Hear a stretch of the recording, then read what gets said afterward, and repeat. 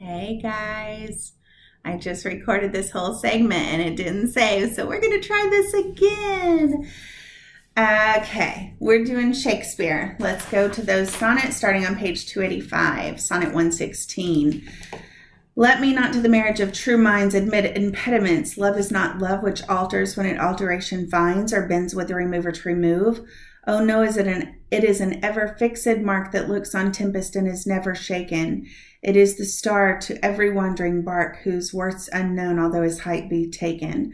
Love's not time's fool, though rosy lips and cheeks within his bending sickle's compass come.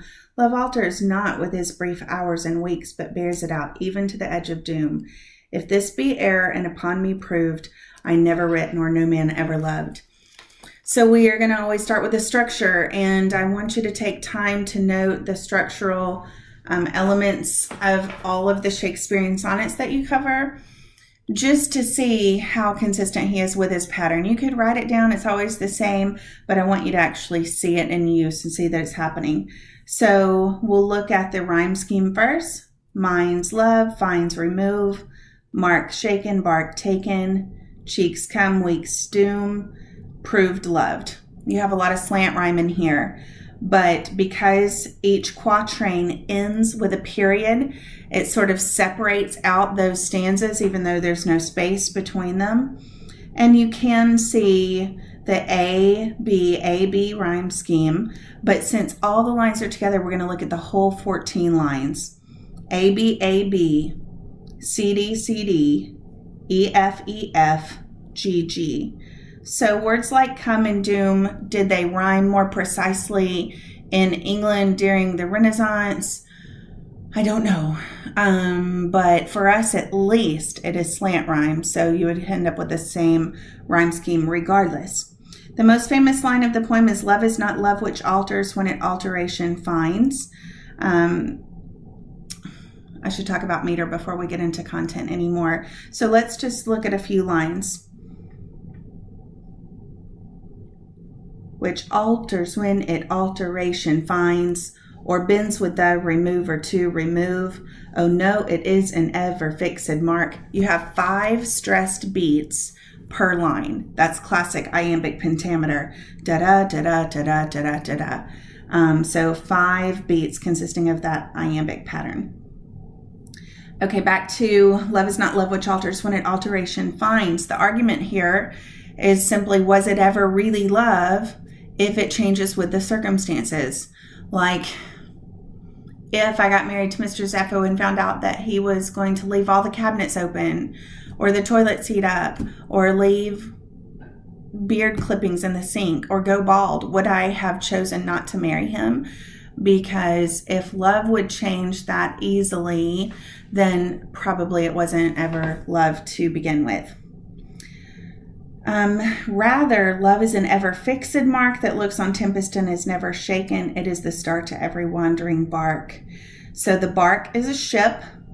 The ever fixed mark could be a landmark that sailors use to navigate by, or it could even be a reference to the star that is mentioned, the North Star, so that despite the tempest or storms that may come, there's still a point of direction, a sort of way to compass their way out of it. It bears it out.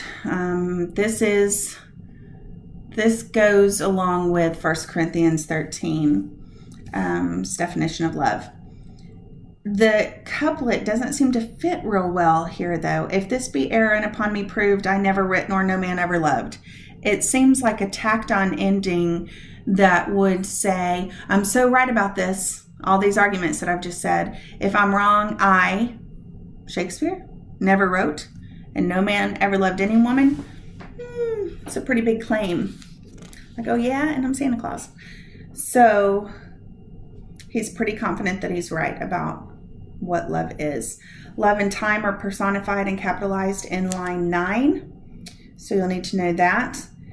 And there are some questions about similes and metaphors. And just keep in mind, a simile is going to use like or as, where a metaphor does not. So it is the star to every wandering bark would be a metaphor.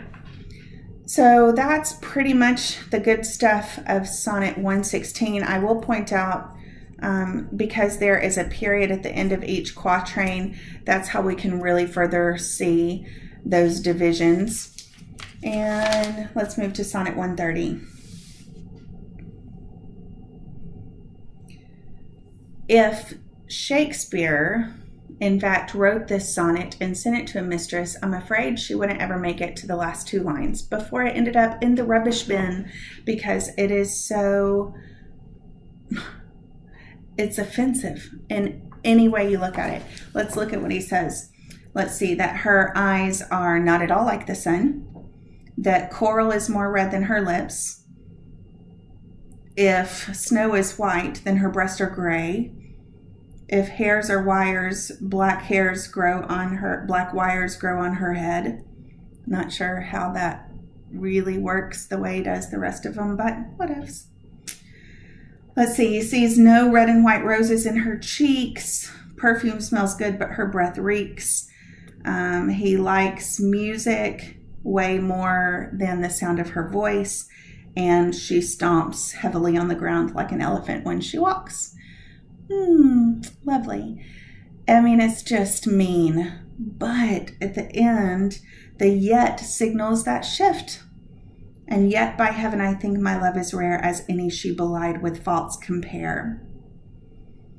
There's some interesting things here and a lot of different takes on what this means. For one, some people think that it's suggesting that people should not be judged by their exterior, but on their inner qualities. So maybe his mistress, by the physical standards doesn't quite meet up with the rest, but internally she's sweeter, kinder, she's smarter. It could be that. But that's so depressing. Like, honestly, guys, no woman wants to hear, babe, you're not pretty, but you're sweet. Like, I don't think that's going to fly too well. Others think that this is not about a woman at all, but that Shakespeare is ridiculing other writers of the age, as if to say, hey, you Romeos, maybe learn to write in a new way, because all your ways of expressing love are cliche, and I'm not going to stoop to use those. That's a possibility if he considered himself a much more masterful writer than the others.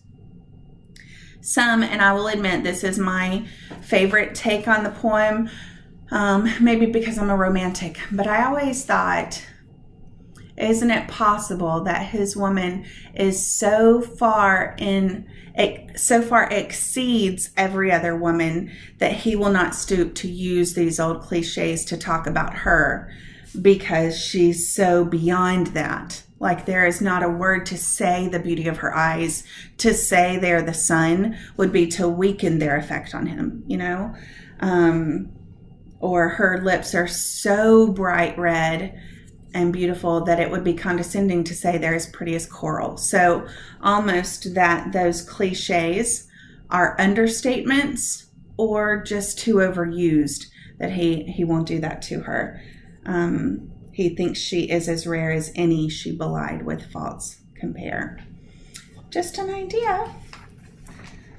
You can look at the structure again. Sun, red, dun, head. Really straight A, B, A, B, C, D, C, D, E, F, E, F, G, G. I love to hear her speak, yet well I know. Iambic pentameter. Shift in the couplet. Big shift in the couplet. 14 lines divided by quatrains, each one ending with a period. Classic. 154 sonnets Shakespeare wrote, same form. Okay, Sonnet 73.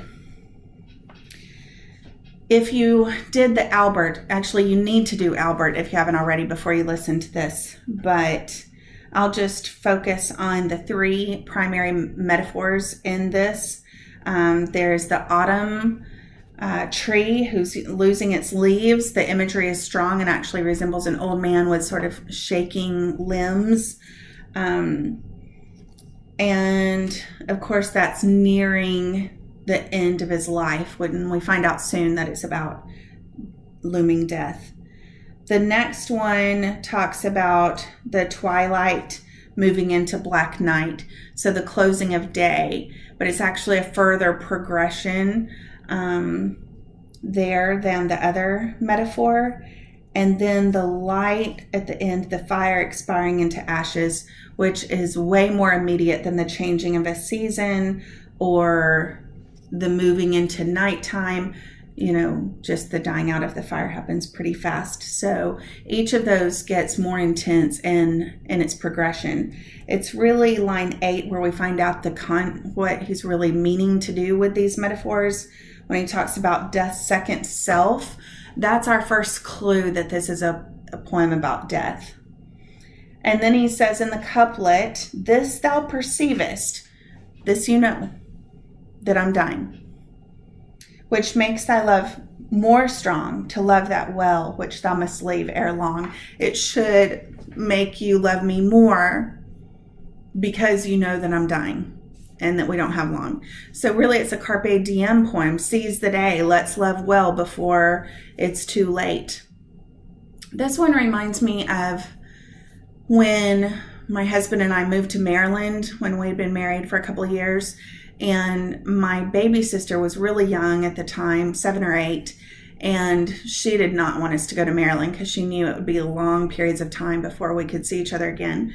And we were pretty close. So I wanted to take her to the movies and take her to the playground in the park and take her out to McDonald's and, buy her milkshakes and everything. But she didn't want to spend any time with me. She kept saying, no, no, no, no, no. When I would go visit my parents' house where she lived, she wouldn't even come downstairs and greet me. She would have nothing to do with me. And I was really hurt by that. But my mom said there's 2 types of people in the world. When they're faced with a goodbye, they either cling or push away. And she's a pusher. That's her defense mechanism. Like, maybe it won't hurt as bad if I start getting used to it now. And so that's what she did. But let's hold on every last minute that we can. And that would be the speaker of this poem too. Behold, hang, cold sang, day, west, away, rest. It's A, B, A, B, C, D, C, D, E, F, E, F, G, G, G. That time of year thou mayest in me behold, when yellow leaves or none or few do hang. Iambic pentameter, what can I say, guys? It's every time. Here, of course, the shift has to be in the couplet in this one too, because you start with your 3 quatrains about the metaphors of looming death and what that picture looks like, but the message again is not until the very, very end. Let's conclude with Sonnet 29, page 289. Let's just look at the tone of this one. Man, it is depressing. Just some of the words used in the first half of the poem. Disgrace, alone, beweep, outcast, trouble, deaf heaven, bootless cries, curse my fate. And then he starts wishing he was like everybody else. With what I most enjoy, contented least, myself almost despising. It's depressing. He doesn't even like himself. He feels unfortunate. He feels like heaven can't even hear his cries or his pain. And he wants to be like everyone else except himself. So he says in line 5, I wish to be like one more rich in hope. Not someone richer, someone more hopeful, rich in hope. Or featured like him. Someone's features, their facial features, is what they look like. Or like him with friends possessed, so popularity. Desiring this man's art or talents and that man's scope, so somebody else's intelligence. So on the whole, he's looking around him at everybody, comparing himself to them and saying, well, he's more hopeful and he's better looking and he's more popular and he's more talented and he's more intelligent. He can't even be happy with himself. I think we've all fallen into that comparison trap from time to time, where it just seems somebody else has it all together. They have the very one thing that we want most, and it makes us feel some discontent about ourselves. I had that feeling most remarkably in high school. For 4 years, I was actually very good friends with her, but it drove me crazy, the competition. Hope was she one-upped me in every single way imaginable. Her boyfriend was a little bit cuter. Her house that was very similar to mine, her room was a little bit bigger. Her car was like a year newer than mine. I mean, everything. I would get co-captain and she would get captain. I would get vice president and she would get president. I would get third place in a pageant. She would get second. I'm not kidding you. Like every single thing, ACT scores, SAT scores, you name it, she outdid me by a thin margin. And it was pretty frustrating, but not in the way that I hated her. Like I was a size 6, she was a size 5. I didn't hate her for any of it. I wanted to be her. Like I thought if we could just trade places, everything would be perfect. And I didn't want to be Greta Ellis. I wanted to be Hope Lacey because then I would have everything. Well, she and I were both on homecoming court. And hey, none of this is bragging because there were 14 kids in my class. Like literally no accomplishment was a big deal when there were only 14 in the class, right? So Hope and I were both on homecoming court. And yet her dad couldn't walk her, couldn't escort her because he had just been diagnosed with a brain tumor, and he died our senior year. And when he did, it changed everything for me. That was my mental shift. And I decided in that moment never to be so jealous that I wanted to be somebody else, because I realized that everybody has their own problems and their own sufferings, and I didn't really want to trade mine for something like that. I wouldn't have traded any of that if it meant my dad had to be taken away from me.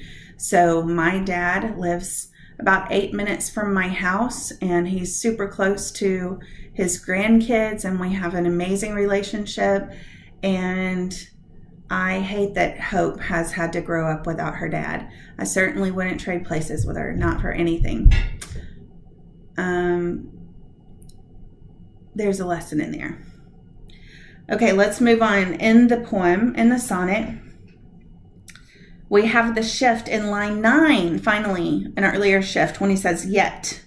And while the tone remains dark in that one line, he's saying, and yet, simultaneously, I'm feeling horrible about myself, despising myself, by happenstance, not happily like happily, but haply, I happen to think on you, and then my state. So I think of you or this relationship, and then my situation, like, look at the simile, like to the lark at break of day arising from sullen earth, sings hymns at heaven's gate.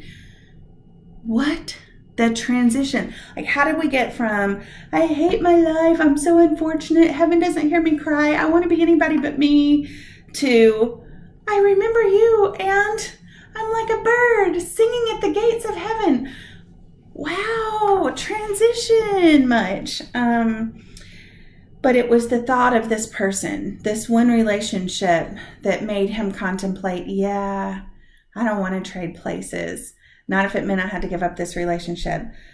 Look at the couplet. For thy sweet love remembered such wealth brings, that then I scorn to change my state with kings. I wouldn't change my position with kings if it meant giving you up, which is exactly the realization, the epiphany I had with Hope Lacey. Oh no, if it meant giving up my dad, I wouldn't trade places with kings.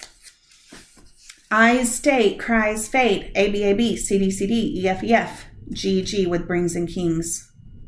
I all alone beweep my outcast state. 5 beats per line. Did not see that coming.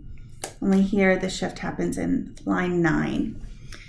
All right, that pretty much concludes our Shakespearean sonnets. Take a little break, and I'll meet you back here for one more video just to go over line and meter.